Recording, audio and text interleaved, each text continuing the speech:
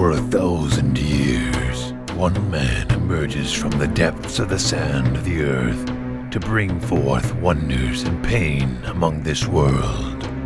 A man so powerful, his work can strike love and hate into the hearts of all mankind.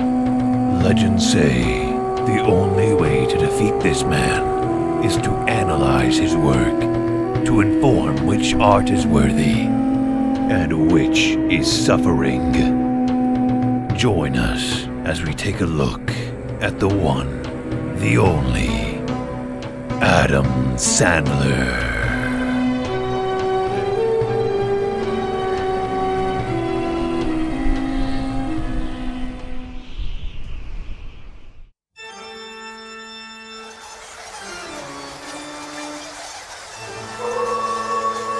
Do you hear that, guys? Do you know what that means? That it's Halloween, everybody. Ooh, it's the spooky season, and we're celebrating it with a spooky movie.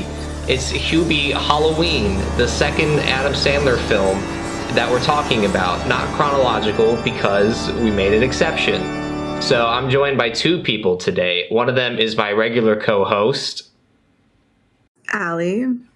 And one of them is our guest, Skate. You may know Skate from such videos such as Lady Language and Top 10 Cats. Skate, why don't you introduce yourself? Hey, I'm Skate. I'm sure I will have some bad opinions to add to our discussion on Hubie Halloween tonight. That's good. Why don't you discuss your relationship with Adam Sandler? My specific relationship with Adam Sandler? Yeah, like when did you meet him? How long have you been friends? Stuff like that. Well, I mean, we have a long and complicated history. Mm-hmm. I met him for the first time. I was visiting in New York, and I made my way through Times Square. We have a cat in the room. Yes. Sorry. She's being needy. Yeah, and then I saw a beautiful man in some very large jorts. I stopped him. I said, hey, are you Adam Sandler? And he said, no, it's me, Long Nicky. That's so crazy. Yeah, I know. I met the man himself. And since then, we're Facebook friends. We'll chat every once in a while, wish each other happy birthday. Are you mutuals though? Yeah. He hasn't accepted my request yet. Well, you just tell him you know me. Bottom line, we all have good relationships with Adam Sandler. Mm-hmm. Some better than others.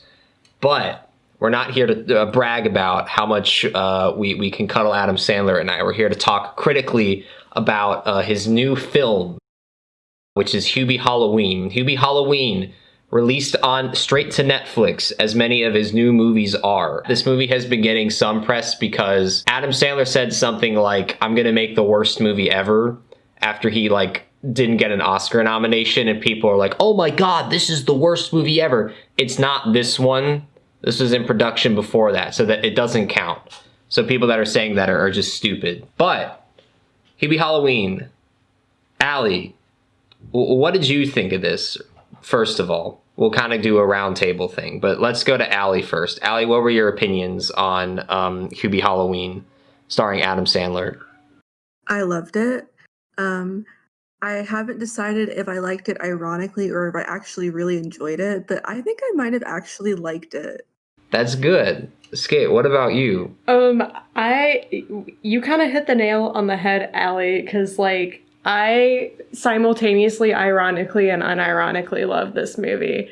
I just had a good time the entire time, and I think that's all that matters with an Adam Sandler movie, but unless it's Uncut Gems, but I liked this more than the I'm Thinking of Ending Things movie. I'm just going to say that up front. I did too. Yeah, if we're talking about Netflix originals. No, this is I think the best movies are the ones that you can enjoy as a movie and as an ironic, I can't believe this is fucking happening movie. And the Hubie Halloween is like that, in every single aspect. I loved everything about this movie. I have no problems with it, and it's perfect. And yeah, but let's go a little bit more in depth. So we'll ask our guest, Skate. My cat, your cat really wants to get in my bathroom. I think we should just open the door. Okay, I'll let it. All right. I may regret that. She's not gonna do anything. Right. She just wants to touch your rugs, I think. Yeah, that's it. You can put the light on for her. Yeah, you want the light on, sweetie? Actually, turn it off. Yeah. Never mind. Skate, why don't you describe the plot? What the fuck? Is she on my counter? My toothbrush! No! Don't let her touch it. Don't let her touch it. You fucking street cat. Fucking street cat. Get out of here, street cat. Jesus. You don't belong inside. This is gonna be fun editing. Skate, describe the plot to Hubie Halloween. Okay, so I did kind of watch it in 2 parts. I watched the first 15 minutes, I'd say like 2 weeks ago. And then I watched the rest of the movie. I believe it was an almost a 2-hour runtime, if I remember correctly. Well, if you don't count the credits, it's 1 hour 30 minutes. Oh, never mind. The credits are fucking long. But yeah, it's so basically we have Hubie, what's his last name? Hubie Dubois. Dubois. I was gonna say his last name is Hubie Halloween, but it's not right. So we have Adam Sandler as Hubie Dubois, and he's kind of a schmuck. One might even argue that he has some sort of mental he's autistic thing going on. Yeah, he's a straight up autistic man. Well, I don't like diagnosing people. But I mean, what else can you say? He's got something going on, and he talks in what I can only describe as a Little Nicky-esque accent. Right. So Adam Sandler runs around as Hubie Dubois, or as a lot of the people in town call him, Hubie. Yes. So the plot itself there's kind of a lot going on. It basically starts on Halloween Day. And No. It starts on the asylum. Oh my gosh. A man escapes an asylum. We don't know who it is yet. We get Ben Stiller reprising his role from Happy Gilmore as like the asshole caretaker, and it's he has the same mustache and everything. I didn't make that connection. He reprises his role. And he's like, hey, I'm this fucking guy and shit. And then he opens, he uncovers the covers, and it's just a bunch of Jell-O, and it says goodbye or something. And then, bam, Hubie Halloween, and it hits you with it. It's like, shit, cold open, what's happening? Shit's about to go down. Or maybe not. But, oh, by the way, spoilers for this movie. I don't know if we have to say that or not. There are actually a lot of twists and turns. There a lot more than one would assume. Yes. That was in the first 15 minutes, therefore I have not seen that in a hot second. But, and then we meet Hubie, and he works as a butcher behind the meat counter at a grocery store. He works with this little asshole kid. I think it was the kid from, like, Ant Farm or something. It's the kid from Jesse. More importantly, he's Chirag Gupta from Diary of a Wimpy Kid. He's the Cheese Touch Kid. Wait, is he the Cheese Touch Kid? He's the Cheese Touch Kid. And it's just, I thought that was so funny because I didn't realize until this movie that he's just putting on an accent. He's not actually like straight up from India. Yeah. That was so funny. So yeah, he works with this little asshole kid, and that kid's always playing pranks on him. And then there's a couple other people in town that are just constantly giving Hubie shit. A couple. I say it's everyone. Literally everybody in the town is an asshole. The town likes to bully Hubie. Hubie will... Except for one person. We'll get to her in a minute. So yeah, Hubie likes to ride around on his bike, and there's this running gag that whenever he gets on his bike, people will throw shit at him, and the objects thrown at him increase in absurdity throughout the movie. Mm-hmm. Lots of kids like to gang up on him wearing masks and throw shit at him and chase him around town. But ultimately, Hubie just wants people to be safe on Halloween, especially his mom And especially, I think the love interest and her foster children. Yeah. There's so many characters in this movie. What a fucking cast. So let's go through all of the major players, all right? You have Ray Liotta, who plays, I guess, a pedophile. Because he flirts with like the high schooler at the end. Gloss over that. I don't remember when he was at the haunted house okay. and he was hitting on China Anne McClain I don't as think she was- Cleopatra. I don't think she- confused about that. Was she really meant to be a high schooler? I or think she was a meant to be playing teacher. somebody Was that's she older? supposed to be a teacher? Yeah, she was the one that was like at the elementary school when he gave the talk. I thought she was supposed to be like a volunteer. I don't know. I'm not sure. I don't know. Okay, well, let's say Ray Liotta's a pedophile for the sake of argument.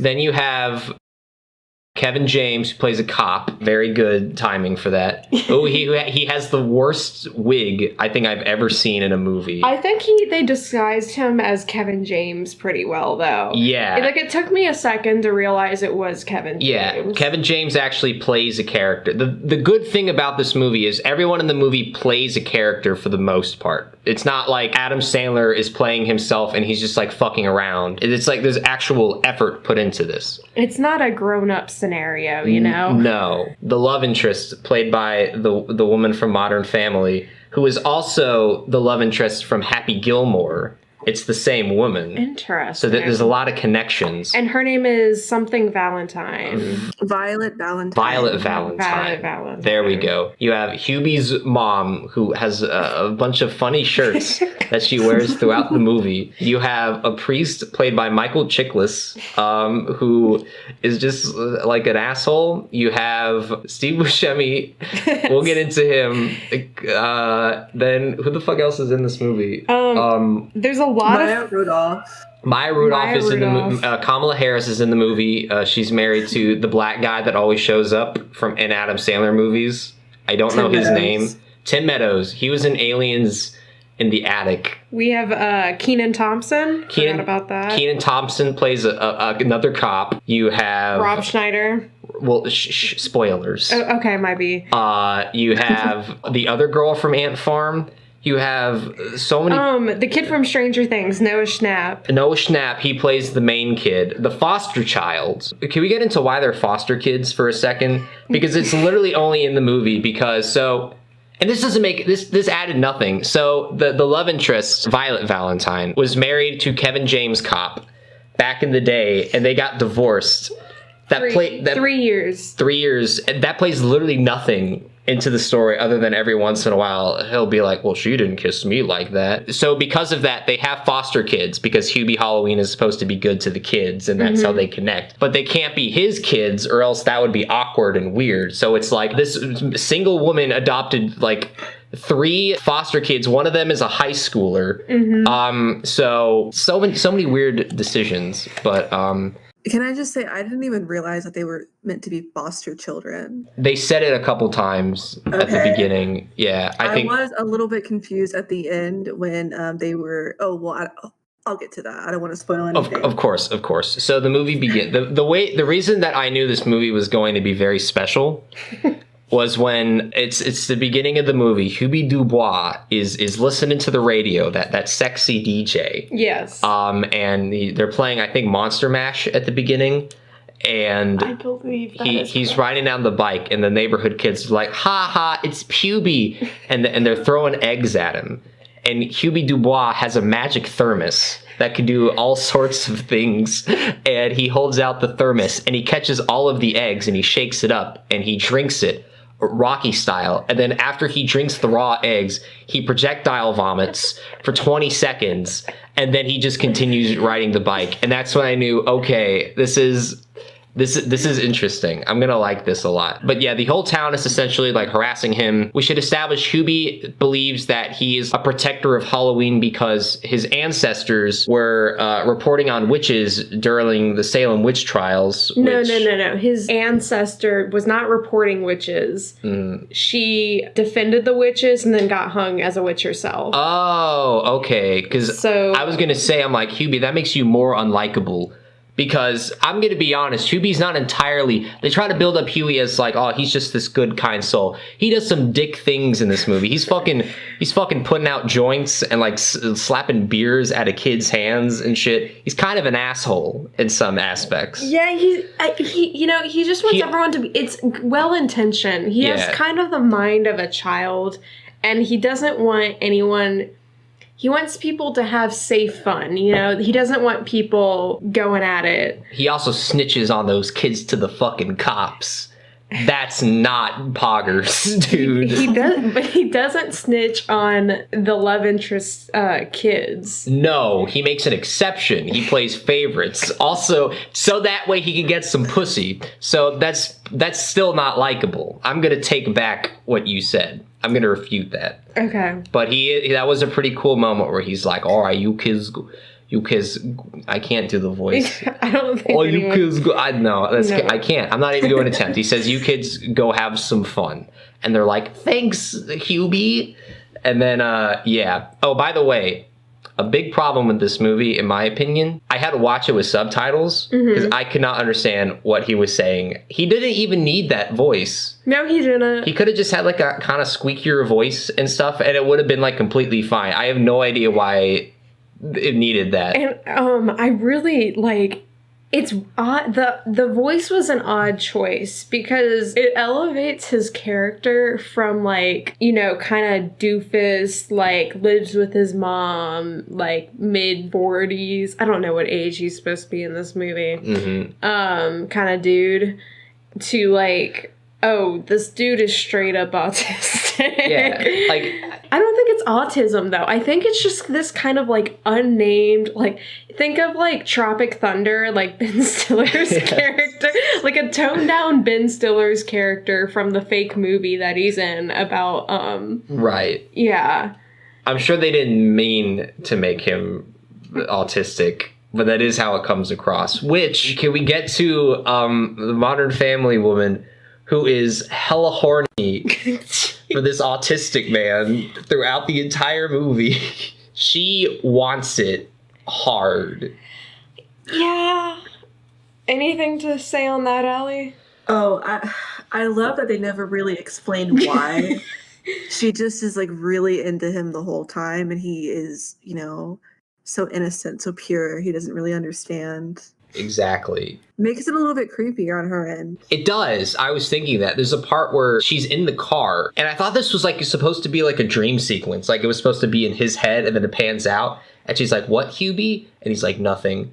But I remember that, yeah. Yeah, there's a part where she's like, "Ah, oh, Hubie, you're just so brave and kind and crazy." She's like licking her lips and shit, and it almost looks like she's like kind of humping in the car a tiny bit. I don't remember. She was just kind of like, can I?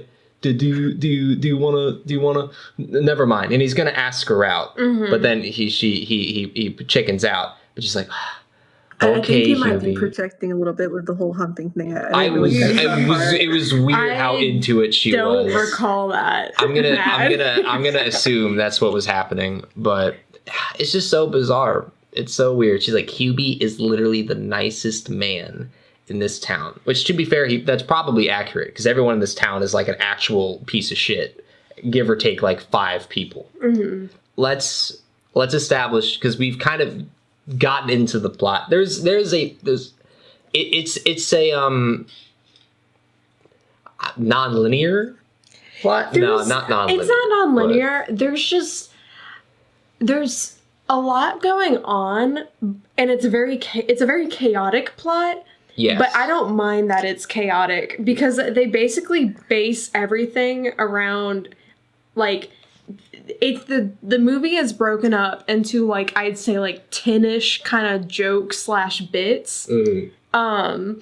And it just kind of, each little part is just so a bit can happen, but it like never really, it comes together in the end, but it doesn't do so in a way that makes sense. No, not at all. I think all just the little jokes and the characters and the stories, it just elevated the movie so much for me. I was like, this town and this movie has so much lore yes. and history. I'm like, I feel like I don't even know. Like, I watched a whole season of a TV show in one movie. Exactly. That's really how it felt. Okay, there's like 7 or 8 subplots. All right, so one is Hubie Halloween. Hubie Dubois is just trying to get accepted. He's trying to keep Halloween safe. There's another thing where there's this asylum person that breaks out of the asylum. It's a crazy man. Which I kept forgetting about, by the way. Yeah. I completely forgot about that until it would show up, and then I would immediately forget about it again. Yeah. So Kevin James is a cop, and he's on the case because they say in the beginning of the movie that he's been in lockup since the Carter years. Mm-hmm. And then they say at the beginning, you testified against him, remember? And he's like, he would have been like 12 or 13. That didn't make any sense. And that also never comes up again. I don't even recall that. Yeah. But it's like, so he's on the trail to find the serial killer. And then also... a mysterious neighbor shows up. Steve Buscemi is a mysterious neighbor that shows up on the day of Halloween, and Hubie has suspicions about him. Which are kind of true, kind of not. So lots of twists in this movie. Twists. Then you have the foster kid story, and main foster kid, Will Byers from Stranger Things. Mm-hmm. He has the hots for his classmate, but she's older, and he's just a freshman. He's going to go to this... high school Halloween party that has a band, and it's in a barn, and I'm not gonna lie, it kind of looked a little lame. It didn't seem like there was a whole lot going on. The music that band sang was just like it was so bad it was good. It was incredible. Was that supposed to be like a school dance thing? I'm not sure. It didn't look official because they were drinking and smoking. Yeah, but there was a punch bowl. And they had to spike it. Why just not serve beer? I thought it was really weird because there was like teenagers, but also like random adults at the party as well. So I'm like, who is this party for? Well, yeah, wasn't Ray Liotta at the party? No, he's at the haunted house. That's right. I don't know. But yeah, so... Also, I want to say this... Most of the movie takes place over Halloween. That was like the longest day ever. Yeah. So much happened on one day in the movie. It's so good. Then you have Kevin James trying to get the classic Halloween trope, and this is why I think the movie is actually really self-aware, is that of course he goes to the mayor, and the mayor is like, but this is where all of our tourism comes. We can't shut it down. We can't shut down the city for just this ghost story. And we should mention, I don't think we did, that this takes place in Salem, Massachusetts. Yeah, that's very important. And that's why I don't know if y'all noticed, but the Halloween decorations in general were lit. Like, I don't know if Salem is actually like that, but the decorations were incredible around this town. Everywhere you looked, there were inflatable monsters and neon Halloween signs and this and that. It was very pretty, I would say. Yeah, it made me feel like I wanted to live there. Like, I know all of these people now. I know their whole lives because so much lore is put into this movie.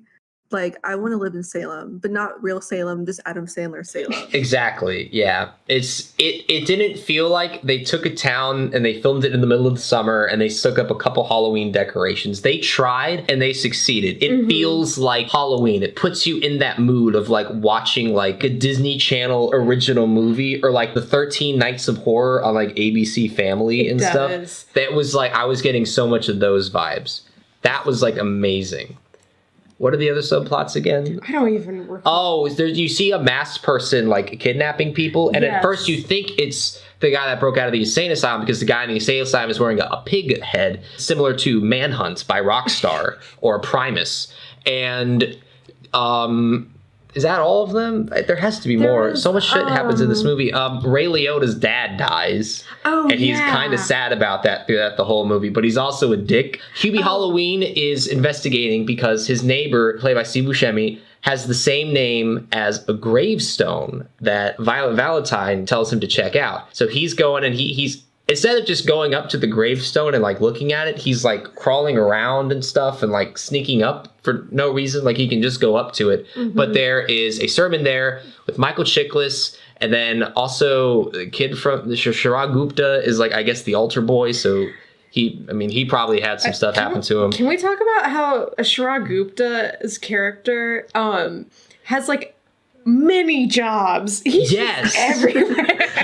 He's just everywhere. He works at the butcher place. He shows up at the coffee shop to smack coffee out of the kid. That was a cute line, by the way, when when Adam Sandler's daughter is in the movie, by the way. She plays one of the foster kids. Both of them are. Yeah. Oh, they are? That's both of them? Yeah. Oh, damn, I didn't know that. They both play foster children. Okay, because I saw that one girl and I could see Adam Sandler's face like almost trying to escape. Yeah, one of them looks just like him, and the other one looks just like his wife. And his wife played the news anchor. Yeah, the news anchor. Yes. Then I liked that one line when they're going out, and the dude, the brother is like, yeah, I'm gonna go to that party. And then while they're walking out, the foster kid is like, did you just turn cool? And then the Shirag Gupta comes in and he fucking smacks the coffee out of his hand and he's like, it comes and goes. I was like, that's a good line. I like you, kid. Instantly likable. That's what the movie does well. You know who to love and who to hate right out the gate. I don't think there was anyone I truly hated Shirag Gupta. He was such a piece of shit. Oh, we forgot about another subplot. Maya Rudolph and who's the guy?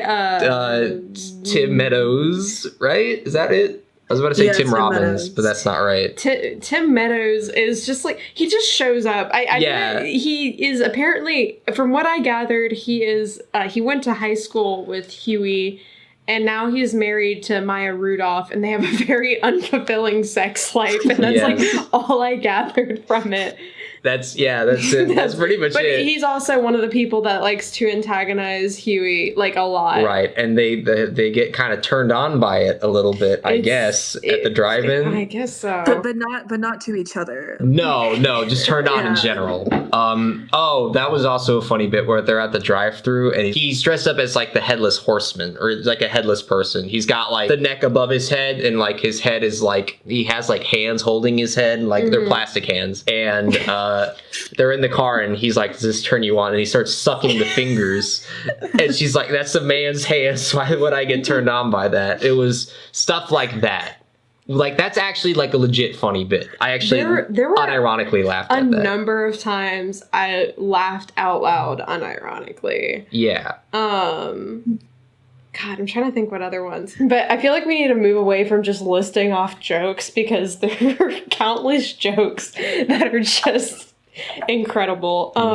Let's talk about the Steve Buscemi subplot. So that just brought me joy. Like, he was my favorite character in this. 100%. So Steve Buscemi is like this weird next door neighbor. He is set up as sort of a red herring for you to think that he's like the man that escaped the asylum, because he's like, yeah, I'm gonna make a lot of noise in my house, Hubie, so if you hear any noise, don't investigate at all. Like, don't even come here. And he's like boarding up stuff on his doors.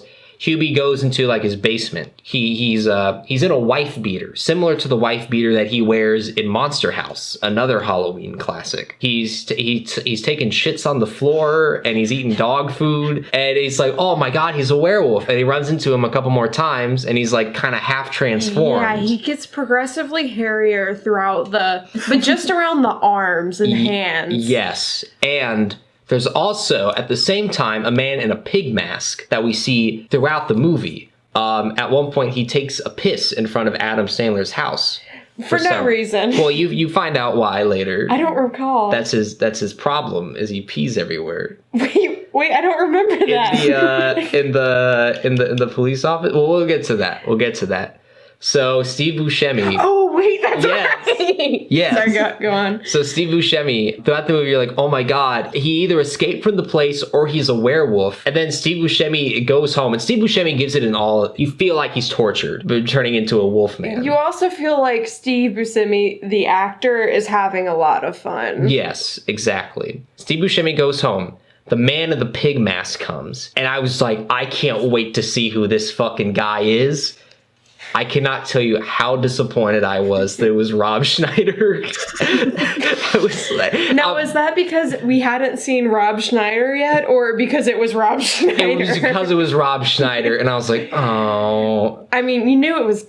I knew he was going to be in the movie. I just thought it would be someone cooler. Like, I thought he would be the guy that's like, you can do it again. Because there was a couple other Adam Sandler people like that. Oh, another Adam Sandler tribute. The bully's name is O'Doyle, and he screams, O'Doyle rules. That's a Billy Madison reference. Because the bullies in that are the O'Doyles. And they scream O'Doyle rules when they drive their car off a cliff because there was a banana peel on the road. I can't wait till we get to Billy Madison.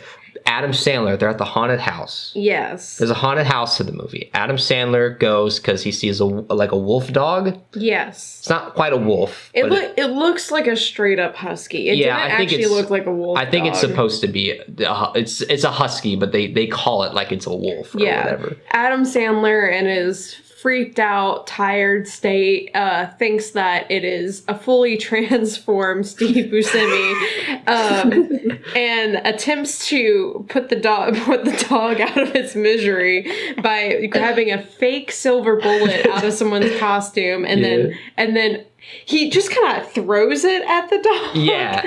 And then the dog eats it. This is all taking place in the haunted house. While at the same time, while Ray Liotta is hitting on China Anne McClain outside, he overhears Hubie Halloween screaming. And he's like, I know that sound anywhere. I'm really sad my dad died. This will let me let off some steam. And then he tries to go in and scare him. And then, so there's a man in the mask that keeps kidnapping people throughout the movie, right? Mm-hmm. He kidnaps Shirag Gupta. He kidnaps Kamala Harris and Tim Meadows. And then he kidnaps... the fuck is his name? Ray Liotta in the haunted house. And Hubie Halloween, everyone's there. Like the China Anne McClain, the cop, Kevin James cop, the mayor is there for some reason. They all get in and they're like, all these people are disappeared. And then he's like, I know who it is. It's I can't do the voice. I'm sorry. It's just my neighbor. It's Steve Buscemi. He lives he lives next to me. He's a werewolf. And the cop's like, okay, he's not a werewolf, but we got to find this guy. And then bam, he calls Kenan Thompson, who is just a deputy at the police station. He calls Kenan Thompson, and Kenan's like, oh, we have these dudes here. He has Steve Buscemi and Rob Schneider, who are embracing each other at the police station, having just a good old time. He's like, yeah, they turned themselves in. They're ready to go back to the mental hospital. Because Rob Schneider is the person that broke out at the beginning because Steve Buscemi broke out like a month ago. And Rob Schneider broke out because he was trying to get him back because Steve Buscemi is convinced that he's a werewolf. That's why he's in the asylum. And as we find out, the biggest laugh in the movie for me, because it was ironic and not ironic at the same time. Yeah. It was, so you do anything while you're out? And Rob Schneider said, pissed on a gravestone, pissed outside of a guy's lawn. And then Steve Buscemi goes, oh, you just love peeing. And then Rob Schneider goes, yeah, I'm peeing right now. And then they go, cut. He's fucking pissing in his pants. There's fucking yellow shit coming out of his underwear. It's the fucking greatest thing I've ever seen in my life. And I just love how that fucking side plot that takes up like 30% of the movie goes literally fucking nowhere. And it is the dumbest fucking thing ever. It literally dies. And it just ends with them pissing themselves. It's so good. It's very good. And it 100% threw me for a loop. It 100% did. I was not expecting the ending of this movie. I wasn't expecting anything in the last 20 minutes, not including the credits. There were 3 or 4 twists in there that nobody could have guessed, but were just highly enjoyable. They paid off, but not in the way you would expect. Even better. My favorite, can I please talk about it? You can please talk about it. Throughout the movie, you hear this this Halloween Day radio station on, just kind of, she's got kind of a sultry voice. She announces shit throughout the day. She'll be like... Similar to The Warriors, for those who have seen that. She's kind of, and she'll be like, hey, you ghouls and goblins, everyone pack up. It's time to get ready for Halloween. Shit like that. Of course. And she'll pop up throughout the movie. She has this great voice. So after after Kevin James calls the police station, finds out that the two escapees from the mental hospital have turned themselves in, everyone in the room, because everyone is in that room for some reason, directs their attention to Huey, and they're like, Hubie, oh my gosh. And they're like, Hubie, you've been around all the mishappenings today. And one of the bits that I don't really think works, Hubie points past them and says, Frankenstein, and then runs off when they all turn around. I disagree. That was amazing. Okay, I will give the Frankenstein bit this it was the only one that utilized the rule of 3. All the other bits happened, like, I'd say, like, a minimum 8 times. Yeah. The Frankenstein one at least happened, like, 3 times exactly. I think it just happened twice. Really? Yeah. It's just he uses it there, and then someone else, no spoilers, uses it at the end. And that's Okay. it. It only uses it twice. Never mind. But The worst running gag is when they just keep throwing stuff at him. And it's like, it's the worst, it's really bad CG. And he like, because Adam Sandler, there's like times, especially like in other movies like Pixels, where like if he has to interact with CGI, he doesn't even try. Like he's riding past he's supposed to be like dodging stuff, and he like kind of moves his head like a little bit. He's like, That's it. That's literally it. And they're throwing like bricks and like TVs at him by the end. Yeah. Like, but maybe he's so used to it that it doesn't even affect him. it doesn't even make a difference. But yeah, so Hubie, after running off after doing the Frankenstein bit, inexplicably goes to the radio station because, you know, nothing makes sense at this point. No. And he shows up to the radio station. I actually just realized it makes no sense why he goes to the radio station. And I was wondering that when I was watching it. I'm like, how did he get here? I don't understand. I thought he was trying to say like the radio DJ was behind it all and he figured it out. Yeah, there was like kind of a thing they were trying to do where like Hubie like called into the radio station a lot and kind of made friends with the host, but like you kind of forget about it by the time it gets to that. Right. But he walks into the station, you're expecting this like very sexy, sultry woman, and he walks in and it's Shaquille O'Neal. This is my favorite bit of the whole movie. I loved the scene so much. My mouth was on the floor when I saw that. That was the best twist in the movie. It was. Allie, do you want to go? Because it only gets better from there. The entire radio station scene gets better and better. Yeah. I was a little under the influence when I was watching it, and I think I should have been. Yeah, I don't think I laughed, but the whole time I was just like, "Oh my god, this is so funny! This is so funny!" Exactly, oh my God. Exactly. Honestly, I think that's the sign of a good comedy, where you could just like, it's so funny, like you're just admiring it instead of laughing. You know what I mean? I was like, this is such a funny joke. I can't believe no one else has thought of this before. I was in awe. Yeah, so Shaq is just like chilling there, and he's like, "What's up, Hubie?" I don't even remember. Yeah. Like, and Hubie's like, "I need to." I don't even remember why. His wife comes in. And that's the best part. So his wife comes in, and they just start. She has this very low, gravelly voice. She sounds like Roz from Monsters Inc. if she grew balls. Is the best way I can describe it. Yeah. What follows? Some plot follows, but I was just distracted by. Well, he mentions that. Oh yeah, someone calls in even more than you, Hubie. It's some lady that's like he gives you special songs all the time, and then Hubie Halloween is like, okay, I guess that's the murderer. Even though that doesn't make any sense, but I don't know how he came to that conclusion. Mm-hmm. So Kevin James goes to the station, and even though Kevin James is pretty 100% confident that Hubie Halloween is the murderer, and Hubie Halloween ran away from him, he's like, "Okay, Hubie, I believe you," for no reason. There was no transition from we think Hubie did it to, "Oh, Hubie, yeah, it must be this person." Right, because Kevin James is established as also hating Hubie because he puts him as like some dumb undercover thing. He's like, "Hubie, just please go away." So they think, "Oh, so who could ever love you, Hubie?" And he's like, oh, Violet Valentine. And Kevin James like, ah ha ha ha, that bitch doesn't even love me. What could make her think she loves you? So they go undercover in the car. And then, she shows him in a fucking trench coat. And she's like, what do you want, Hubie? And then Hubie's trying to, pumpkin is the code word. It's the safe word. If you're in a pickle, say pumpkin, and he's immediately like pumpkin, and then he professes his love for her. He's like, I loved you since 2nd grade, and she says, I loved you since 1st grade. And then she said, why didn't you? And she's like, I had a crush on my teacher. And then they call the phone line for some reason, even though they established that it was like a payphone earlier. So they track it. You hear breathing, very reminiscent of the Zaz side plot in Arkham City. Oh, okay. There were much more relevant references than that. Give me some. Scream. Okay. Well, they don't call the Scream and trace the voice. The Scream calls them. Okay. Mr. Scream from the famous movie. Then they're like, oh, it's at your house, Hubie. And he's like, Mama!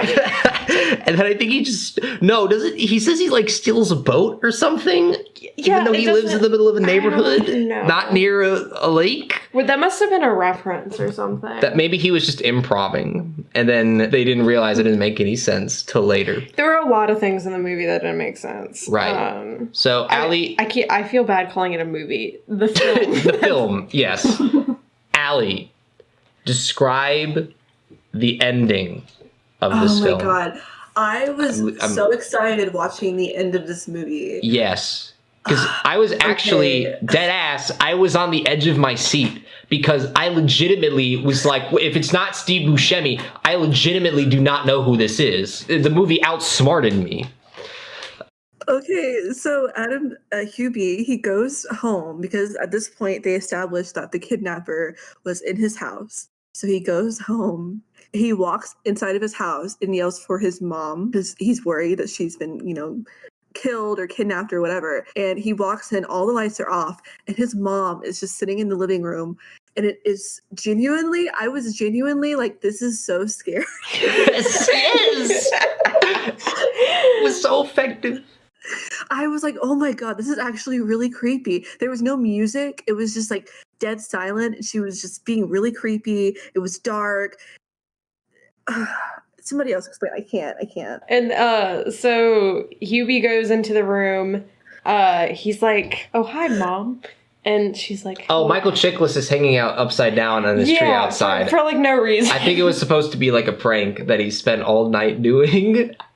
But he was stuck. And then for some reason, because I assume he was there longer, he's like, Hubie, the blood is starting to rush to my head. I'm like, well, how long have you been up? Just like 5 minutes? So he goes inside. He says, hello, Mom. And his mom is like, oh, hello, Huey. I don't remember what she sounds like. And hi, I keep saying Huey. That actress, every time, this is going to be such a fucking dumb reference that no one will get, but Adult Swim had the show called Jack in Triumph. I remember that. It was like a sitcom with Jack McBrayer. Right. And Triumph the Insult Comic Dog. And they lived at his mom's house, and Mom is the same actress. Interesting. That's every time I see her, that's all I know her from. I don't remember that. Well, up until this point, her whole thing is that she's kind of, Hubie's like, what's the word? When you kind of mother someone a little too much. Overprotective a little bit? She's a little overprotective mom. A smothering mother. A smother, that's the right word. A smother. The only, funny thing, I don't want to say the only funny thing, but her running bit was that she had these... She had these shirts that said things on them, funny things. They'd be like, I don't know, I don't remember. Like it's muff season. Boner donor, because she makes mistakes. Boner meant mistake. Mm-hmm. Oh, that comes up later, but we've gone past that point now. Yeah. Watch the movie to see how it comes back into play. Yeah, and literally, you shouldn't listen to this podcast without watching the movie. I will add a thing at the beginning. Spoilers. Watch the movie so you can make sense of this, because this is gonna. If someone hasn't seen this movie and is just listening to this, we're gonna sound like idiotic, similar to the Going Overboard episode. Yeah. So he walks into a dark living room. His mom is sitting on the couch. Next to her is a pumpkin mask, which we had not seen before. And We saw the inside of it, which we thought was the pig mask because it had the eye that makes holes. so much more sense. Thanks for clearing that up. No problem.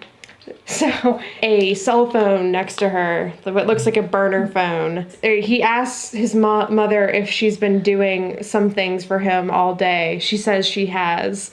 And somehow he knows to go out into the backyard. And in the backyard are stakes, like that people are being burnt at with all of the missing,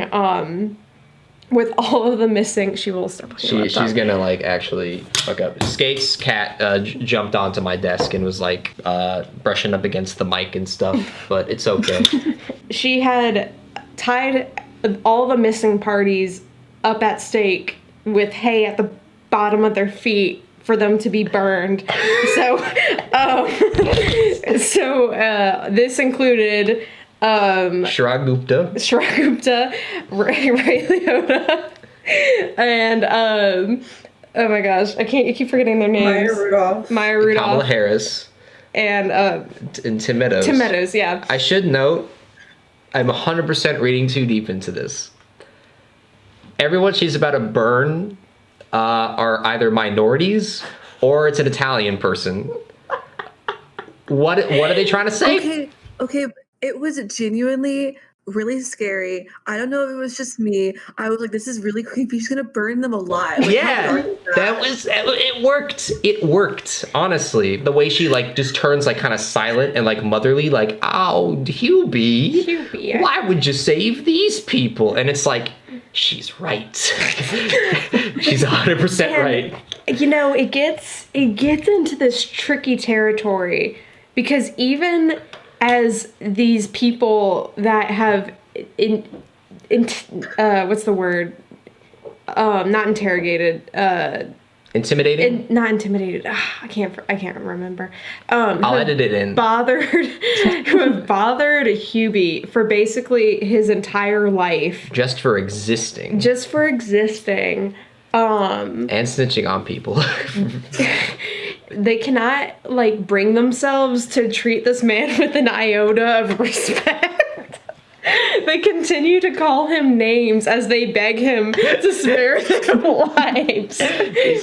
And his mother points this out, and his mother gets very, very close to burning them alive. And one final soup gag, she throws in slow motion a burning match onto Maya Rudolph's steak, and in slow motion, Hubie undoes his magic thermos and does a perfect little blob of soup onto the match before it can set anything ablaze.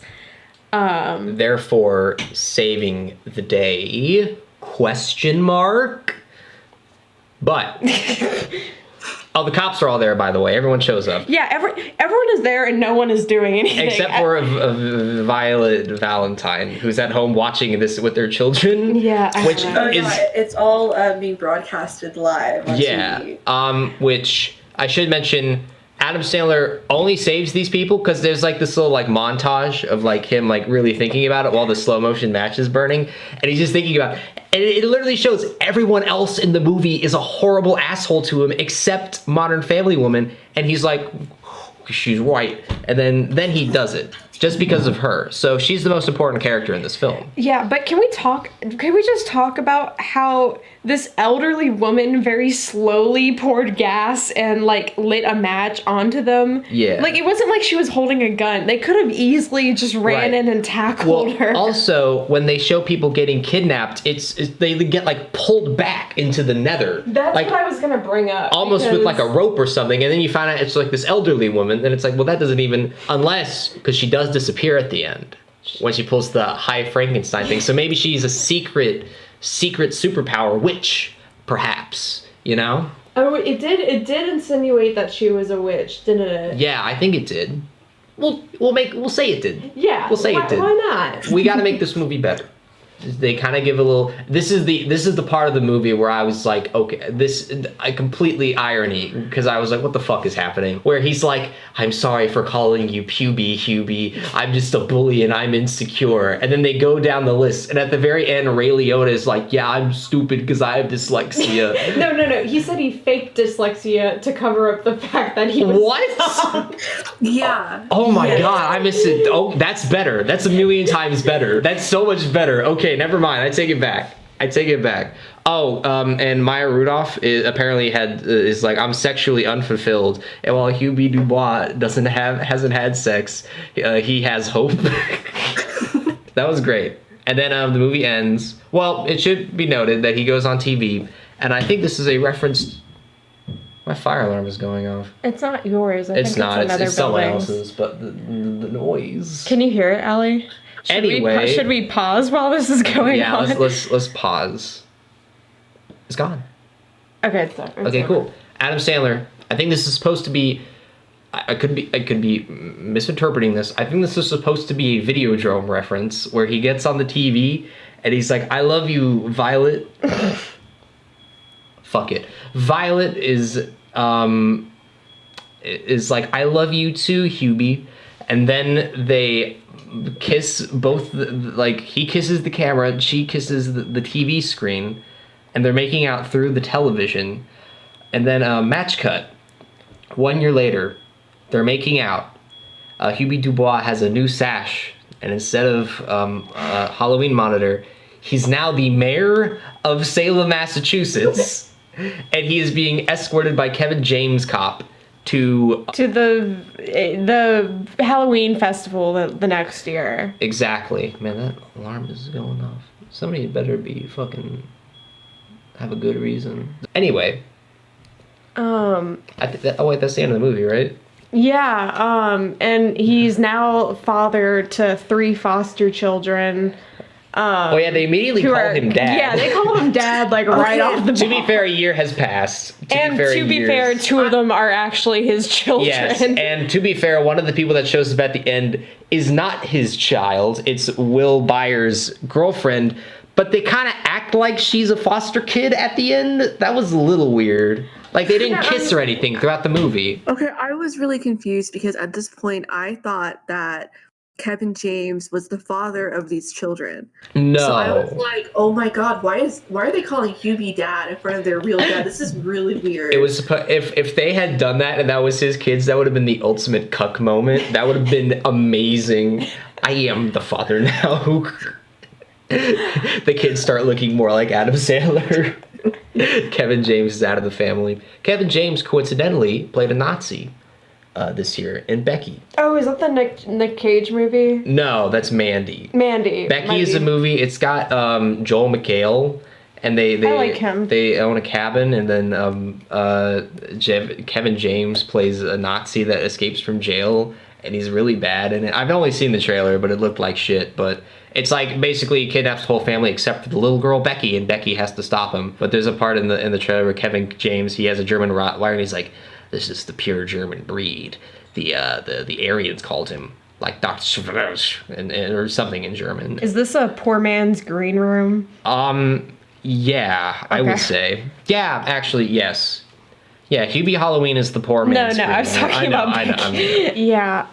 Was there anything I wanted to cover? I thought it looked really nice. It looked like a movie. It legit, like, there are a lot of things that did not piss me off in this, because usually I get kind of finicky about like logical stuff. Yes. There's a clear lack of logic in this film, but it works for it. Yeah, it reminds me, and this is just for me, I'm a large fan of the live action Scooby-Doo movie from 2002.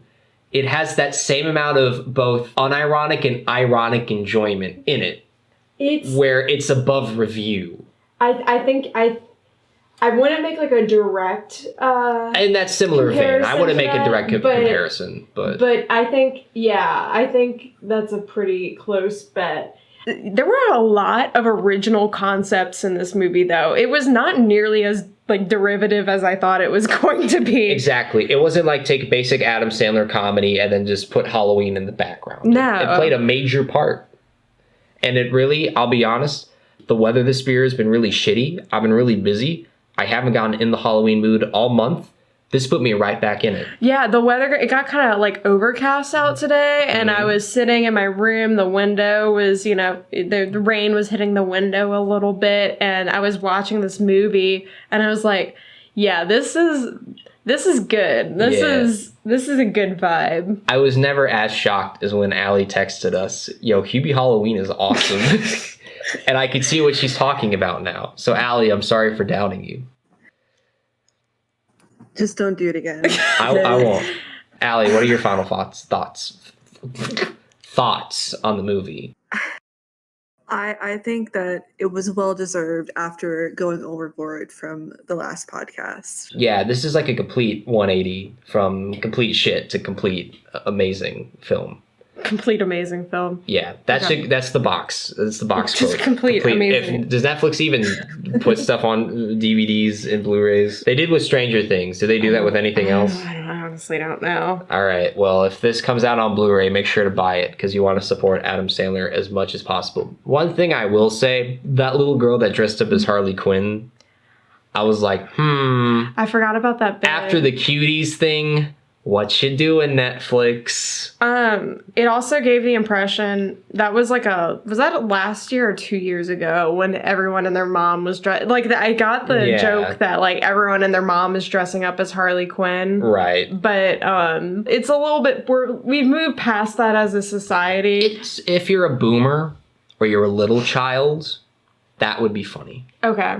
There's a person dressed up as Billie Eilish in the movie, so it's not like this was made like 2 years ago. You know, they got some popular things. This is like actually, like if this came out when I was a kid, this would be like a 10 out of 10, like 100%, like dead ass. Like it would. I would be watching this with like nostalgia goggles. But now comes the time where you give the official rating of BTP. Okay. Of the Sandman Chronicles for this film. I have a question. Yes. So you can rate it however you want. Okay, well, in general, is a 10 out of 10 movie, is it out of film or is it out of Adam Sandler films? You can rank it however you want.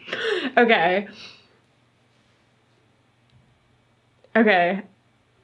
Up to, yeah, go ahead. Should I go first? Yeah. Okay. I want to go last. I want to give this an 8, but I acknowledge the quality is not great.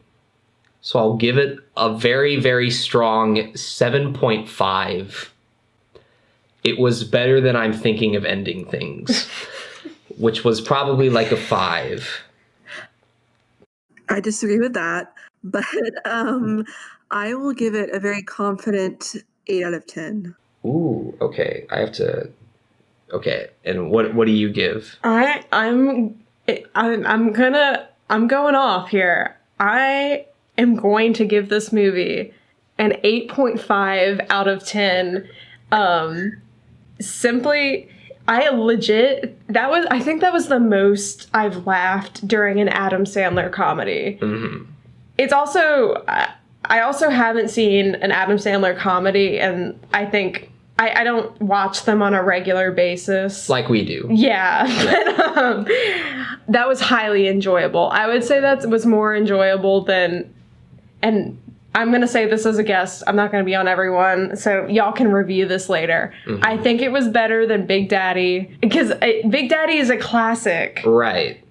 But like, just because it's old. It's just a lot of Adam Sandler movies are funny because we watch them as kids. Yes. If this movie was like able to make me laugh as an adult, I say it deserves its 8.5 out of 10. Okay. Now, to calculate the official Sandman Chronicles score, I have to run this into the computer, okay?